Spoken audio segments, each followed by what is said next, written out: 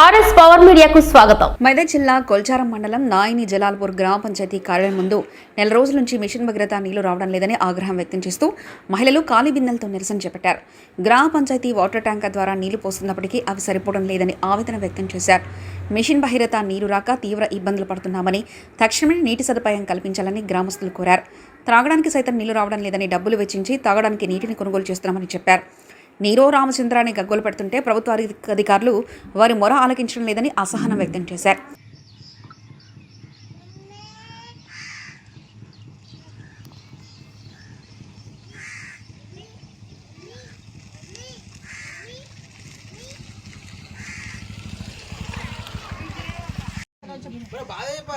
ఒక నెల రోజులు అవుతుంది, మాకైతే వాటర్ రావట్లేదు.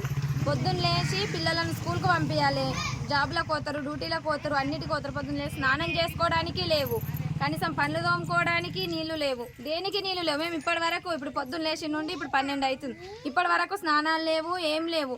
ట్యాంకర్ వస్తుంది 4 రోజులకు ఒకసారి, ఆ 4 రోజులకు 2 బ్యారీలు, ఒక బ్యారీలు వస్తాయి. ఎన్ని రోజులు వస్తాయి మాకు బ్యారీలు నీళ్లు? ఎన్ని రోజులు వస్తాయి? ఒక ఇంట్లో 4గురము 5గురము ఉంటాం, ఒక బ్యారీలు, ఆ బ్యారీలు నీళ్ళు ఏం సరిపోతాయి?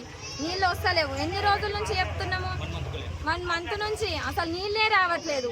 నీళ్ళు రాంది ఏం చేస్తాం మేము? ఏం పని చేస్తాము? ఏడున్న పని ఆడనే ఉంటుంది.